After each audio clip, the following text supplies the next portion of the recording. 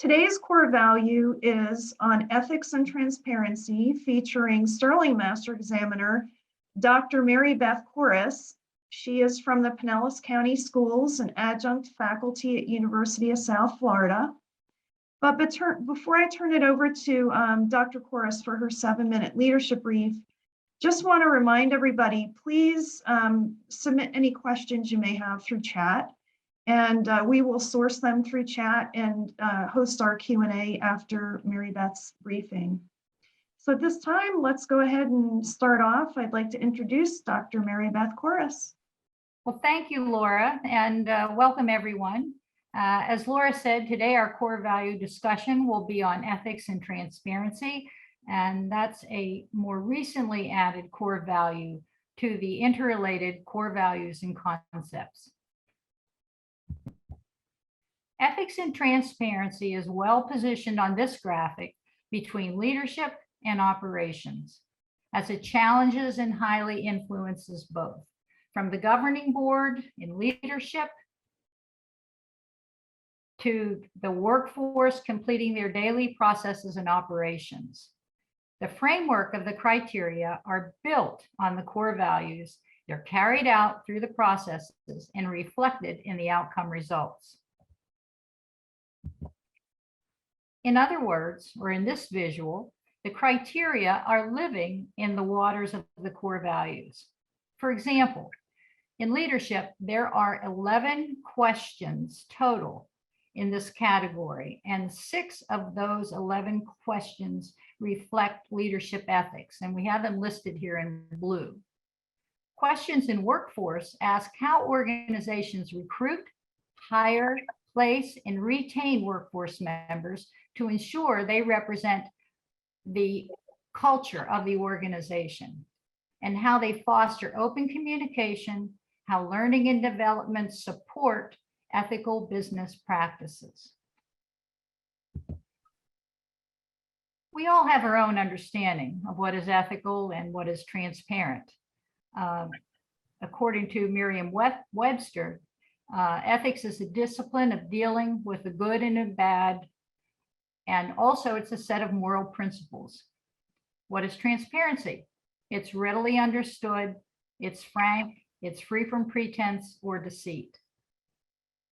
As we move from your personal work values to organizational values, it is more meaningful to have an operational definition that everyone in the organization can agree on.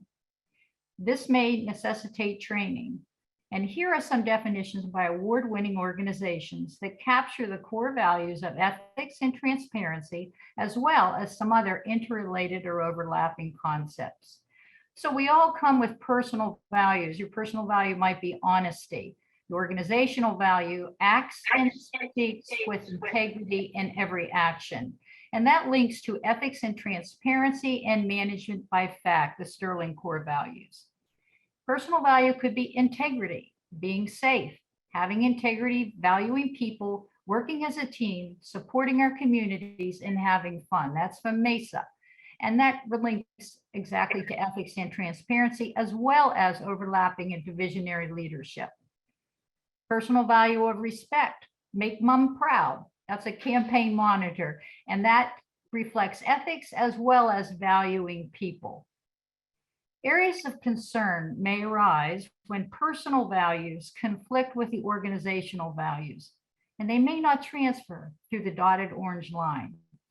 This could be stressful, usually stressful for the employee, and it's also stressful for the organization. I'm not sure, but I think that this might be the place where whistleblowers are born, in that orange line between your personal values and a conflict with the organizational values. The criteria have addressed the ethical behavior for many years, so it was a welcome core value addition. There was a study with 33,000 respondents in 28 countries, and that study resulted in 2/3 of the countries surveyed are distrusters of their key institutions. 195 leaders in over 30 global organizations asked to select important leadership competencies identified high ethical and moral standards as a top competency. And also, the occasion was a disappearance of ethics and social responsibility as a top CEO issue from 2015 to 17. Maybe some of these facts added to the increase of the core values and added ethics and transparency to the list of core values. The core values have been revised and reordered to reflect the relevance of guiding current leadership and performance practices. First and foremost, the criteria provide a systems perspective that requires visionary leadership. The first two core values, the what's. The next 7 core values of the how of an effective system. These are represented here in yellow. And then the final 2 core values, ethics and transparency, and delivering value and results, are a result of using the Sterling-Baldrige criteria as a guide. We have so many examples of ethics and transparency that seem to increase weekly, that it is truly inspirational to see credit unions, car dealerships, hospitals, and other businesses, large and small, be recognized for their ethical and candid strategies and practices. Don Chalmers Ford has the principle, is it true? Is it fair? Is it the right thing to do? Elevations Credit Union, we build trust through honest and ethical actions. And the Consolidated School District 15, ethical practice in an educational organization is a top priority. Our primary constituents are children, and to meet the expectations of parents in the community, all our interactions with students, parents, and the community must be completely above reproach. Organizations should stress ethical behavior in all stakeholders' transactions and interactions. Governing boards should require highly ethical conduct and, all important, monitor the conduct and behaviors. Senior leaders should be role models of ethical behavior and make their expectations of the workforce very clear. Ethical principles are the foundations for your culture and for your values. They distinguish right from wrong. Clearly articulated ethical principles, along with your organizational values, empower your people to make effective decisions and may serve as boundary conditions for determining organization norms and prohibitions. You can add your own non-example to this ever-growing list. So in order to be transparent, we need consistently candid and open communication, accountability, and the sharing of clear and accurate information by leadership and management. There are benefits of transparency as a key factor in workforce engagement, and it helps people see why actions are being taken and how they can be a part of them. Transparency and accountability are also important interactions with customers and other stakeholders. It gives them a sense of involvement, allows them to become engaged, and it gives confidence in your organization. Ethical behavior and transparency builds trust, a belief in fairness, confidence and integrity that is valued by all key stakeholders in your organization. Ethical principles are the foundation for your culture and your values. Empower your people to make effective decisions and help you to become an ethical organization. Thank you. All right, very nice, Mary Beth. Thank you so much. We'd like to open it up for Q&A, but before we do, just a couple of points. Boy, that got transparency, got ethics slide really hit home for me, Mary Beth. You know, it brought me back to, I want to say it was around the year 2000, Sarbanes-Oxley, maybe 2001, 99 to 2001 timeframe, the whole Arthur Anderson shebang. And, you know, now we have SOX reviews, Sarbanes-Oxley reviews, we have HIPAA, we have all kinds of regulation, I think, that kind of came out of, were spawned by issues that were tripped upon through transparency and ethical breaches and misbehaviors. So I think, we're on a trajectory. I think it's like you mentioned with the whistleblower in the orange line. I thought that was another great analogy. Living in that little thin line, that thin space between, the ethical integrity, honesty, and what was it? Honesty, integrity, and respect. Yes. Yeah. Your personal values, and if those personal values conflict with the organization, or vice Yeah. versa. It could happen vice versa. Your organizational values could conflict with Yeah, your, you're like working in that fine line, trying to, mediate between the two. It can become quite a stressful situation when that happens. exactly. But I took down 4 little notes here. So just to summarize, leadership sets the tone for ethics, which are a set of moral principles, is the first summary note I took.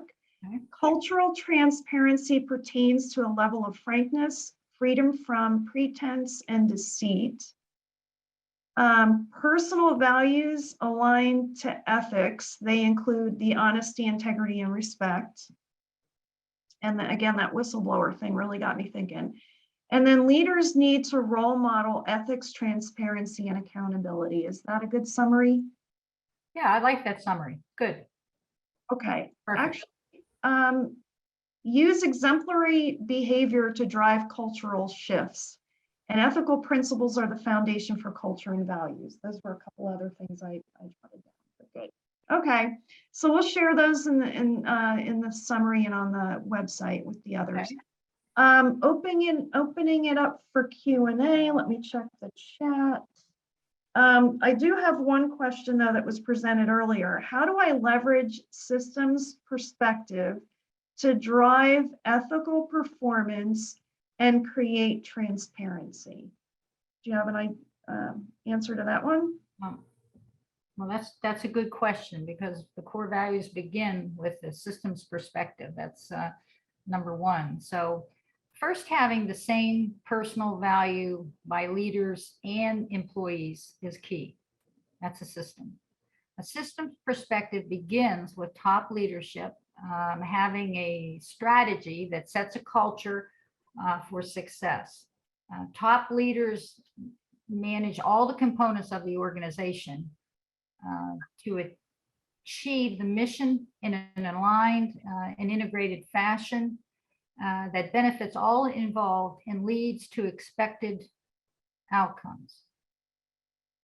Senior leaders focus on objectives and goals and monitor progress for desired behaviors and outcomes. The key to managing all parts of your organization is to have or find the right leaders.